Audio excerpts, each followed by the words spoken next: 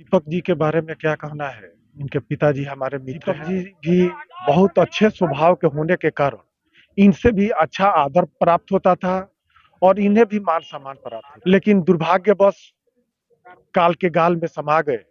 काल ने इनको मिटाना चाहा, लेकिन जिस तरह से आज बरौली की जनता, गोपालगंज की जनता जिस तरह से आज विदाई दी है, ये इतिहास कभी नहीं मिट पाएगा। दीपक जी हम लोग के बहुत अच्छे मित्रों में से एक मित्र थे। अच्छा।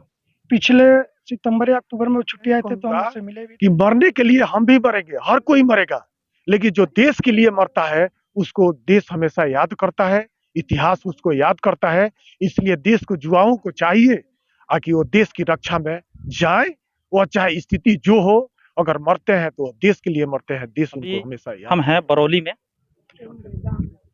और यहाँ पे जो एनएसजी कमांडो हैं दीपक कुमार, उनका पार्थिव शरीर जो है यहीं पे आया था अभी और अंतिम संस्कार हो गया है। चिता जो है उनकी अभी चिता में आग लग चुका है और यहाँ पे बरौली के जिला पार्षद हैं, हम उनसे बात करेंगे क्या कुछ कहना है उनका। तो चलिए सबसे पहले उनका नाम जानते हैं और नाम जानने के बाद इस विषय पे हम बात करेंगे कि अभी जो हमारे देश के अनमोल रत्न जो शहीद हो गए उनके बारे में भी थोड़ा सा हम लोग जानने का कोशिश करेंगे। तो सबसे पहले आप अपना परिचय दे दीजिए। जी, मेरा नाम रतिकांत शर्मा होगा। जी। मैं जिला परिषद क्षेत्र संख्या 26 बरौली का सदस्य हूँ। जी। जी, मेरा परिचय है। तो ये जो दीपक कुमार हैं जो अब हमारे बीच नहीं रहे, शहीद हो गए, एनएसजी कमांडो थे, उनके बारे में क्या कुछ कहना चाहते हैं आप?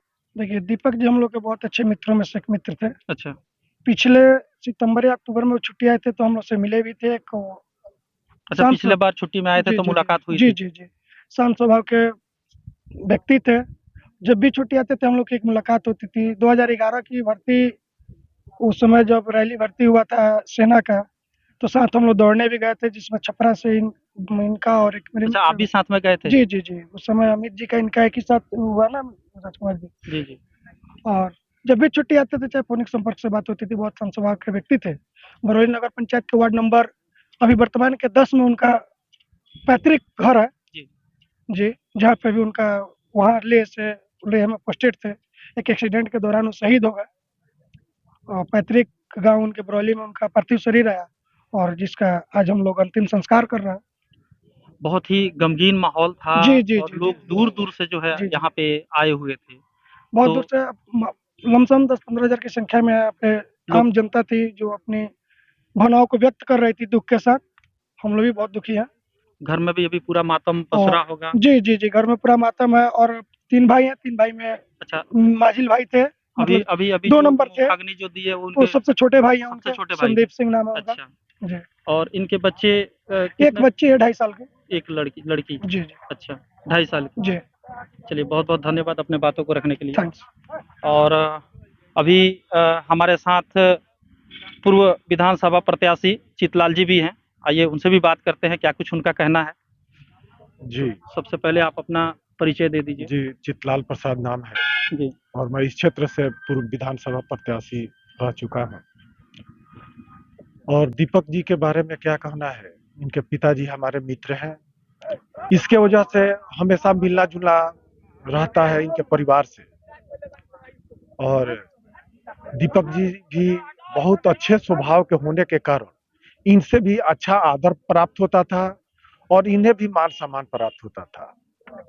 लेकिन दुर्भाग्यवश काल के गाल में समा गए।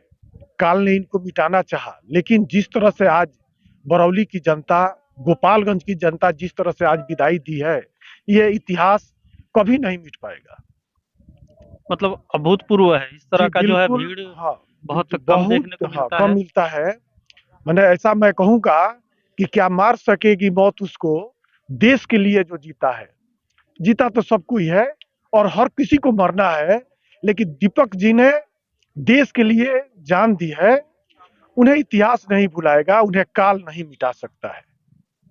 कभी आप मिले भी थे उनसे? जी बिल्कुल, अक्सर मिला करते थे, उनके घर जाया करते थे, मिला तो करते जब भी थे। छुट्टी में आते थे तो बिल्कुल, मुलाकात होती अक्सर थी। मुलाकात होती थी और उनका जो स्वभाव था, वो स्वभाव हमेशा पत्थर पर खींची हुई लकीर के समान यादगार बन के रहेगी। ऐसी कोई बात जो आपको हमेशा याद आती हो, आपके जो डिस्कस कभी हुआ हो, उनसे कोई बात हुई हो, ऐसी कोई बात जो हाँ, आपको अभी शुरू में जब ये दौड़ लगाते थे, जी, तो ये हाई स्कूल का प्रांगण है, इसमें आप अक्सर दौड़ जाया करते थे।